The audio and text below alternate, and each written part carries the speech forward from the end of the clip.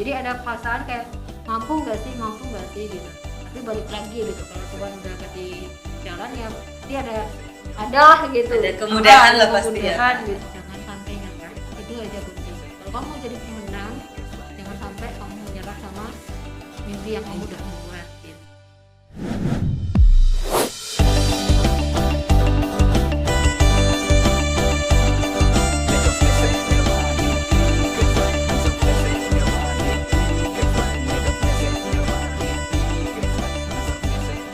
Halo Sobat Klikers, salam jumpa lagi bersama saya Melani dalam podcast Klik. Nah, kali ini dalam tema topik Tokoh Inspirasi Klik, kita sudah kedatangan narasumber yang sangat spesial. Beliau ini datang dari jauh loh. Halo, salam jumpa kakak. Ada siapa kak? Saya namanya Rizky Prawati, biasanya dipanggil Rizky, boleh dipanggil Kiki, boleh. Wow, kakak boleh tahu kakak ini dari mana kak? Kalau aslinya saya asli Timur, sukunya Biboki ya, suku Dawan ya, suku Iya. Dawan. Wah, berarti kita sama-sama orang TTU ya kak ya. Nah, kami mengundang kakak karena dalam beberapa literatur yang kami baca itu kakak merupakan salah satu sosok yang menginspirasi banyak orang. Nah, kakak ini kan dalam tulisan yang kami baca itu kak, kakak mendapatkan beasiswa nih. Beasiswa yang ke luar negeri itu kan banyak diimpikan tuh oleh orang-orang banyak. Nah, tapi sebelum itu kami mau tahu dulu kak, kira-kira dasar dari kakak itu bagaimana kak? Maksudnya latar belakang pendidikan kakak tuh. Jadi kalau untuk pendidikan sendiri, biasanya nih ya normalnya orang kalau dari SD sampai S1 tuh cuma punya 4 sekolah ya. Kalau saya tuh punyanya 6 sekolah. Wow. Soalnya SD saya tuh 2 ya. Masuknya di SD di Lurasik, kalau ada yang tahu ya Lurasik, SD Baru Nubaen, tapi lulusnya di SD Leop di Keva. Kemudian SMA-nya saya SMP dulu ya. SMP-nya saya di SMPK Santo Antonius Padua Sakti. Kemudian SMA-nya tuh masuknya tuh di SMA Fides 1 tahun. Setelah itu saya melanjutkan di Jogja SMA Angkasa. SMA Angkasa Adi Sucipto. Jadi itu punyanya penerbangan tapi bukan untuk pilot ya. Dia SMA biasa. Kemudian kuliahnya S1 saya pendidikan biologi di Universitas Negeri Yogyakarta. Wah, boleh tahu kira-kira kuliah di sana itu berapa lama kak kuliahnya? Kalau untuk S1 kalau dari masuk sampai yudisium itu 3,5 tahun. Tapi karena biasa. setelah itu masih kayak kita kan nunggu untuk periode wisuda ya. Dapatnya periodenya yang pas 4 tahun. Jadi saya setelah lulus selesai ujian udah dapat yudisium, udah dapat print nilainya tuh loh ya. Itu sudah balik ke sini. Nah kak, menarik nih tentang kerja tuh. Kan dalam tempo saat selesai skripsi lalu yudisium menunggu waktu untuk mau wisuda itu kan ada tempo yang lumayan panjang tuh kan kak. Kakak memutuskan buat kembali dan kerja di sini. Nah, kenapa tidak carinya di sana kak? Oke. Kalau untuk lokasi kerja itu sebenarnya dari dulu pengen kerjanya di sini. Mungkin pertama karena keluarga di sini. Tapi emang dari awal niatnya balik aja ke sini, dan udah ada target sekolah waktu itu, punya ada target tempat yang dimana saya bakal kerja gitu. Dan alhamdulillah waktu itu ngelamar ke 3 tempat, salah satunya itu yang saya pengenin dari dulu SMA Fides, akhirnya keterima juga di situ. Alhamdulillah dikasih kesempatan dan sempat ngajar di situ hampir 3 tahun sampai dapat beasiswa melanjutkan S2, akhirnya resign. Oh ya, ini menarik nih kak. Jadi saat kakak kerja lalu mendapatkan beasiswa, ini kita sedikit ke belakang.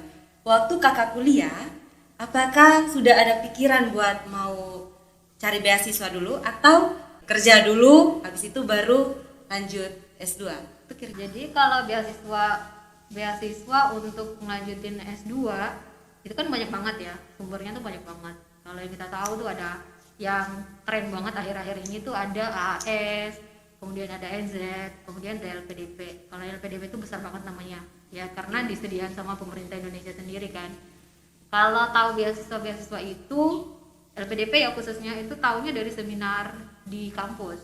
Jadi ingat banget itu waktu masih awal-awal kelas micro teaching. Kalau di pendidikan kan biasanya ada kelas micro teaching ya. Iya.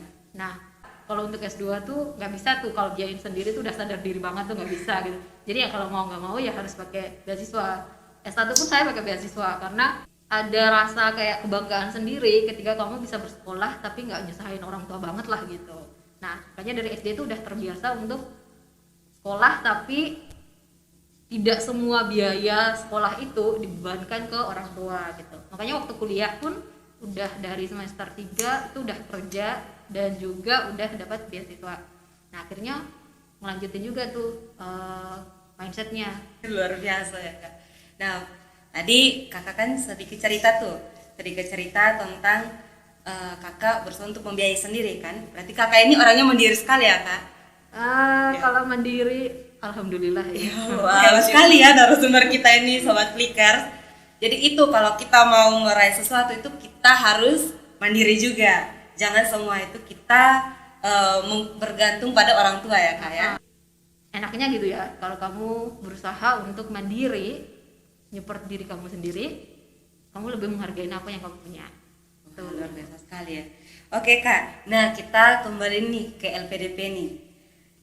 Ini kan sebuah beasiswa yang dikasih oleh pemerintah yang nominalnya lumayan besar sekali ya Kak ya. Nah, kami juga, saya terkhususnya tuh saat mendengar LPDP ini kayak pengen sekali, tapi belum apa yang membuat Kakak lebih tertarik sehingga pilih. Apalagi kan tadi Kakak bilang banyak tuh kan beasiswanya. Kalau untuk milih LPDP sendiri, sebenarnya saya nyobanya banyak banget beasiswa. Jadi itu tergantung siapa orangnya, terus dia targetnya apa gitu. Kalau misalnya kamu nyari beasiswa yang punya peluang memilih kampus jurusan lebih banyak, itu LPDP. Nah, kalau LPDP tuh yang tadi saya bilang ya, dia punya range yang cukup luas, entah dari negara pilihannya, kemudian dari jurusannya. Kenapa saya milih itu? Karena di LPDP itu mengcover banyak banget living allowance kamu, jadi biaya hidup ditanggung, kemudian biaya buku, biaya health insurance, terus kemudian tesis kita, publikasi tesis juga gitu. Jadi hampir semua tuh dibiayain, makanya LPDP tuh berani. Nanti kalau udah ada nih ya, mungkin kalau misalnya adek udah apply buat LPDP, udah dapat kontrak, surat perjanjiannya, surat pernyataannya, itu ada tuh, kita nggak boleh kerja. Nah, dari situ aja kita udah tahu ya, mereka pasti akan mensupport finansial kita tuh sebesar itu gitu. Kalau untuk itu dari biayanya. Sedangkan kalau dari pilihannya, LPDP tuh punya cabang banyak banget. Jadi ada afirmasi, ada targeted, sama yang satu lagi tuh regular. Regular tuh dibagi jadi berapa lagi, afirmasi dibagi jadi berapa lagi, targeted itu dibagi menjadi berapa lagi gitu. Nah, jadi kita tuh bisa menyesuaikan dengan potensi yang kita punya, kemudian kayak syarat mana sih yang udah bisa kita penuhi, beasiswa mana, jenis mana yang bisa saya penuhi dalam keadaan saya sekarang gitu. Wow, luar biasa sekali ya Kak ya. Nah, dari yang Kakak ceritakan tuh kan kita biaya kita semua kan dibiayai oleh pemerintah nih. Berarti kita tidak perlu ragu lagi kalau pergi kita tiba-tiba kekurangan dana karena kan sudah di cover oleh pemerintah. Dari biaya yang besar seperti itu, apakah saat tes masuk nih, saya tes masuk itu langsung ditanggung sepenuhnya oleh pemerintah atau ada juga dari kita nih? Kalau LPDP itu kita harus punya savings ya, kita harus punya tabungan, karena untuk apply ke kampus, kemudian dokumen-dokumen, translate dokumen yang harus dikirim ke kampus itu kita biayai sendiri. Jadi kalau misalnya saya kemarin kan ngambilnya BIT, yang beasiswa Indonesia Timur. Nah, kalau yang beasiswa Indonesia Timur, kita kan dikasih 3 pilihan ya, 3 pilihan kampus. Kamu boleh apply ke 3 kampus tersebut. Ketika kamu apply ke 3 kampus tersebut, awalnya semuanya itu akan kita tanggung sendiri. Dan hanya satu kampus yang akhirnya kamu pilih yang akan diganti biaya pendaftarannya. Jadi gini, runtannya itu apply kampusnya, apply kampus kita bayar sendiri di awal. Kemudian pengiriman berkas dan translate, kalau kita tuh apa tuh ya namanya, transkrip nilai. Oh iya, Nah, transkrip transkrip nilainya kita itu harus disetarakan dengan punyanya US. Nah, itu ada yang namanya WES gitu ya. Nah, itu kita kirim ke mereka, mereka sesuaikan dengan standarnya US, kemudian mereka kirim ke kampus. Itu juga biaya kita sendiri. Terus kemudian biasanya ijazah mereka minta dari kampus. Jadi kita ngurus ke kampus, kampus ngirim ke kampus kita yang baru, calon kampus kita. Iya, Jadi dari kampus, undergrad kampusnya itu, universitinya itu kita biaya sendiri. Kemudian pengiriman berkasnya ya.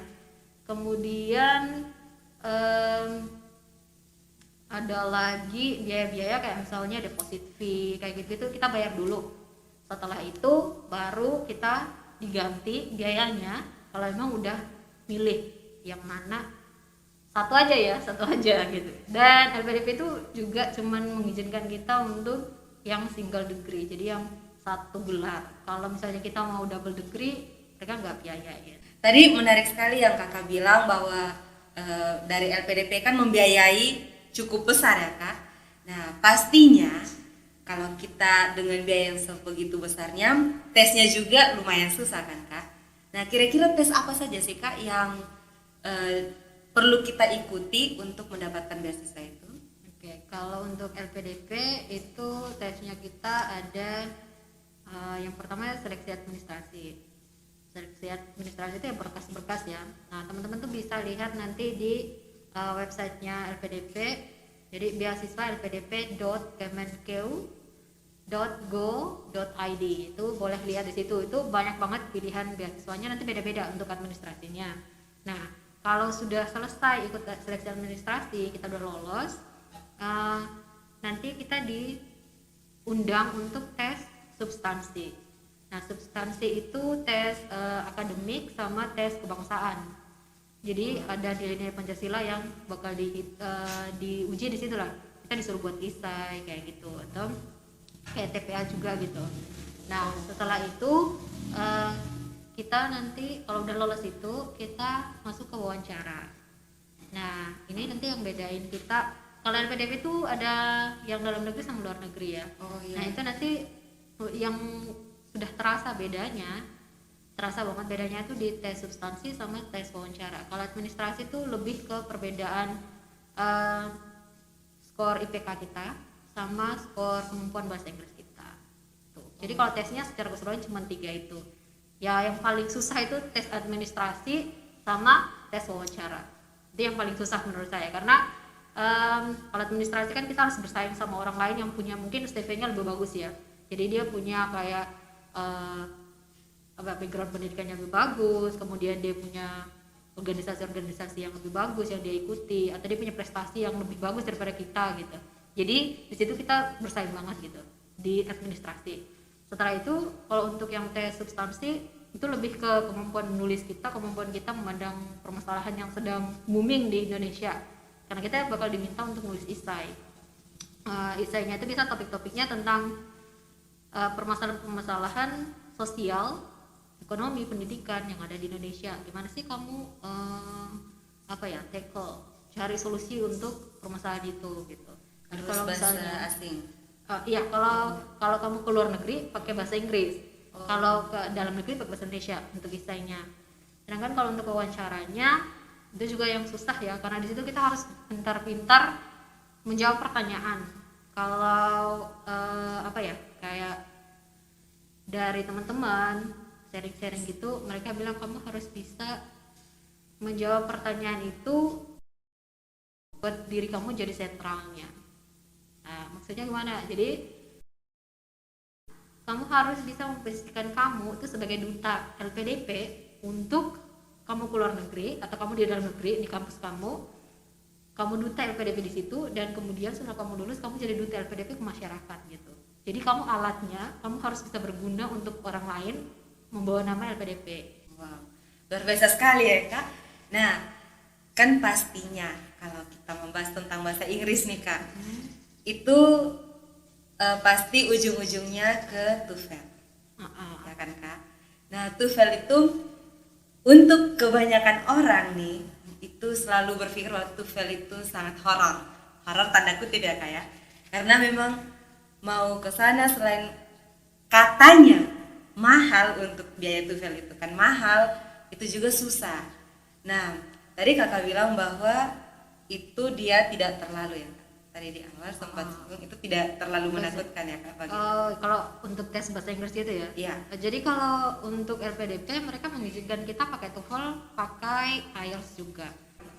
Kalau saran saya tergantung, kalau sama ini kamu belajar IELTS jangan ngambil tes TOEFL karena beda jenis tesnya.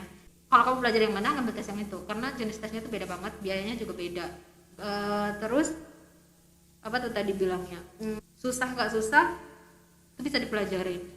Nah sabar kak, agak potong nih, tadi kan kakak bilang IELTS dengan TOEFL itu kan beda. Nah kalau masyarakat awam kan kadang lihat itu sama. Nah boleh kak kasih tahu, ceritakan sedikit perbedaannya tuh di apa sih kak?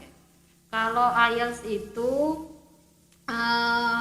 skornya itu dia 1 sampai 9, 0 sampai 9. Kalau kamu nggak take tesnya, kamu dapat skor 0. Skor paling tinggi itu 9, dan 9 tuh susah banget buat dapat 9 ya. Nah itu yang tadi itu untuk IELTS. Kalau untuk TOEFL sendiri dia juga IBT itu beda sama paper based gitu. Jadi ada yang scoringnya tuh dari scoringnya tuh cuma 2 digit, maksudnya puluhan, itu untuk IBT. Sedangkan kalau yang untuk PBT itu dia sampai ratusan, skornya tuh ratusan, mulainya dari 300 sampai 500an. Nah itu untuk skornya juga udah beda. Nah kemudian yang berikutnya tuh jenis tesnya. Kalau paper based itu dia nggak ada speaking, dia nggak ada writing. Kalau IBT itu dia ada writing, ada speaking. Kalau IELTS itu dia ada listening, ada reading, ada speaking, ada writing gitu. Nah kalau saran saya teman-teman tuh coba belajar IELTS gitu. Kenapa? Itu bakal berguna banget untuk teman-teman bantu menulis esai. Ketika nulis esai untuk apply for LPDP, kemudian untuk kampus, itu IELTS tuh nolong banget. Berarti memang luar biasa ya kak perjuangan untuk IELTS dan TOEFL-nya ya kak.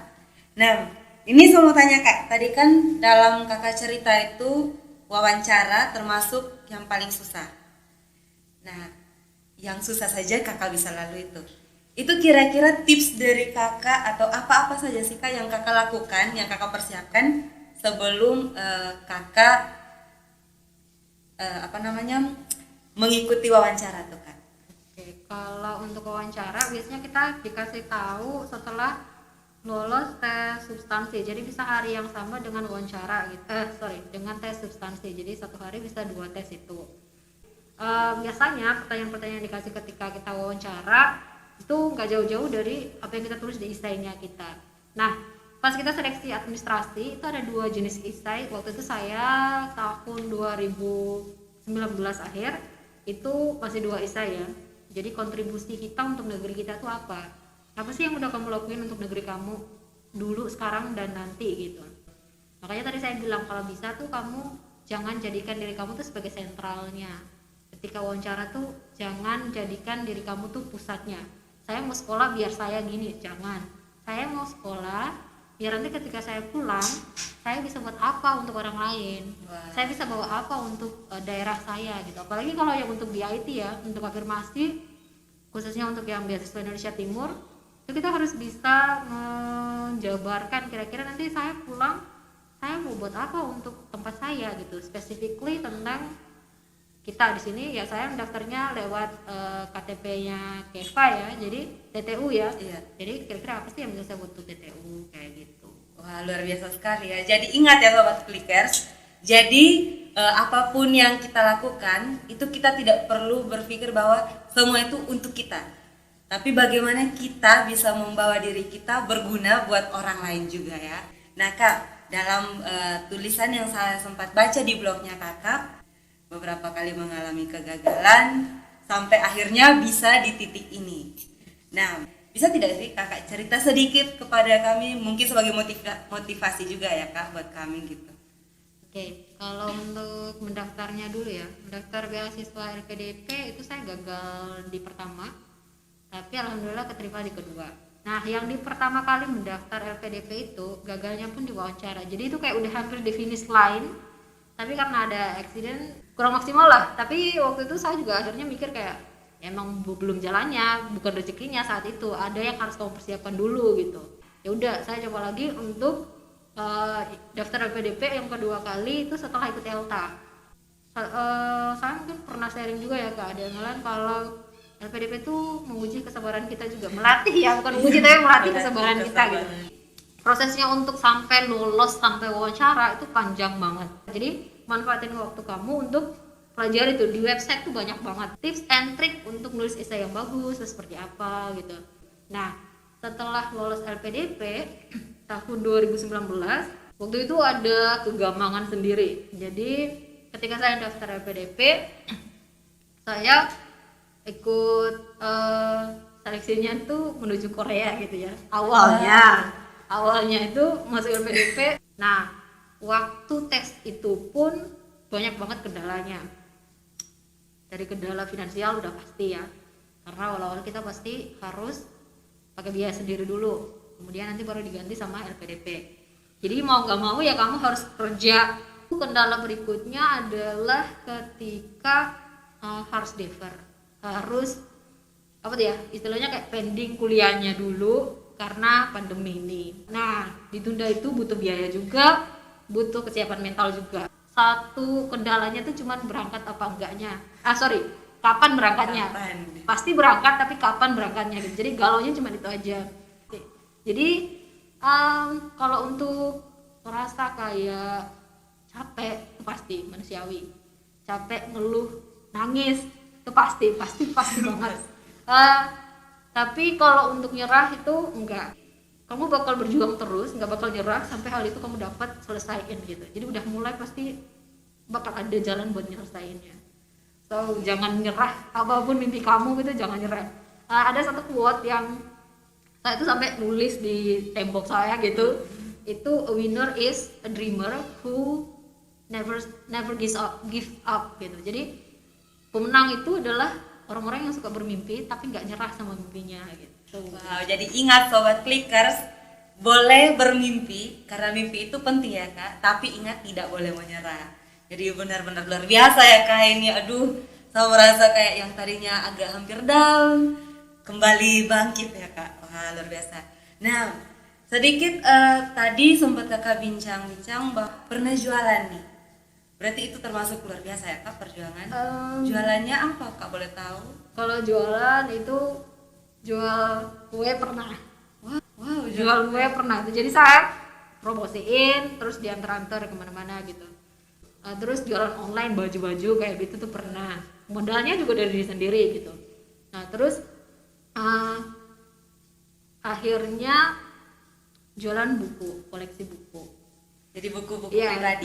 Iya, teman-teman tuh saya tuh tahu bahwa impian terbesar saya perpustakaan. Even itu untuk diri saya sendiri di rumah, saya pengen punya perpustakaan sendiri di rumah gitu. Dan itu kelakar, kayak orang tua juga udah tahu, oh siapa yang ngelamar saya tuh harus ada perpustakaan di rumah gitu. Nah, jadi udah ngumpulin bukunya tuh udah dari sekarang gitu. Tapi karena untuk ngejar mimpi ini, akhirnya harus merelain buku-buku itu dijual. Itu berat banget, dan kayak teman-teman tuh banyak banget yang waktu itu tahu ketika saya promosi buku-buku tuh, mereka kayak, kamu yakin gak sih Ki? Kayak gitu. Gak apa-apa, ntar kalau udah selesai sekolah kan bisa dibeli lagi insya Allah gitu. Tapi ya pasti ada buku yang gak bakal kebeli lagi karena mungkin udah gak diproduksi kayak gitu-gitu ya. Cuman ya itu harus ada yang rela dikorbankan gitu untuk dapat sesuatu yang lebih besar lagi. Berarti Kakak sekarang sudah memantapkan diri nih untuk mau ke Amerika. Yang saya pernah dengar itu menjadi salah satu kampus favorit sih Kak. Nah, saat Kakak diterima di sana, apa yang Kakak rasakan pertama kali ketika diterima sana? Nah itu, jadi kalau pertama kali ya bersyukur karena lolos. Terus perasaan senang udah pasti. Minder ada. Mindernya tuh kenapa gitu? Karena pertama bahasa kita udah beda, kemudian sistem pendidikannya tuh pasti beda banget gitu ya. Dari sistem etika dari sini, terus kreditnya mereka di sana gimana, kemudian milih kelas dan lain-lain, itu kayak udah beda banget gitu. Jadi ada perasaan kayak mampu nggak sih gitu. tapi balik lagi gitu, kalau Tuhan udah kasih jalan ya pasti ada gitu, ada kemudahan lah pasti ya, kemudahan gitu. Jadi bersyukur, senang, minder, sama yang satu lagi itu memotivasi sendiri dirinya gitu. Jadi untuk berusaha mampu untuk bisa gitu menghadapi apa-apa yang nantinya didapatkan di sana, termasuk culture shock-nya ya. Jadi termasuk perbedaan budayanya gitu. Nah, untuk menyesuaikan, kebantu dari teman-teman yang udah berangkat, kebantu juga dari orang-orang yang ada di universitas yang dengan sukarela memberikan kita informasi dengan walaupun ada perbedaan waktu gitu, tapi mereka tuh tetap yang kayak ada kasih kesempatan tuh perhatian. langsung. Jadi perhatian. kita ngerasa kayak emang ngerasa jadi enak banget gitu. Jadi walaupun kayak beda benua gitu sekarang, sementara beda benua tapi udah kerasa kayak diperhatikan gitu. Jadi yang awalnya minder banget udah lumayan lebih bereda relax ya kan. Oke, luar biasa sekali ya Kak. Nah, jadi di akhir nih pastinya dong Kak, dari sekian cerita Kakak yang menarik sekali, banyak sekali cerita inspirasi buat kami. Nah, kira-kira apa sih Kak tips yang bisa Kakak bagi untuk saya, untuk kami semua, untuk sobat Clickers dimanapun berada, untuk tidak pernah menyerah untuk meraih cita tuh? Silakan Kak. Tadi yang saya bilang quotes itu, cari motivasi yang memang benar-benar bekerja untuk kamu. Kalau saya kebetulan dapat dari kalimat sederhana itu ya. A winner is a dreamer who never gives up. Jadi kalau kamu mau jadi pemenang, siapapun saya rasa mereka pasti mau jadi pemenang.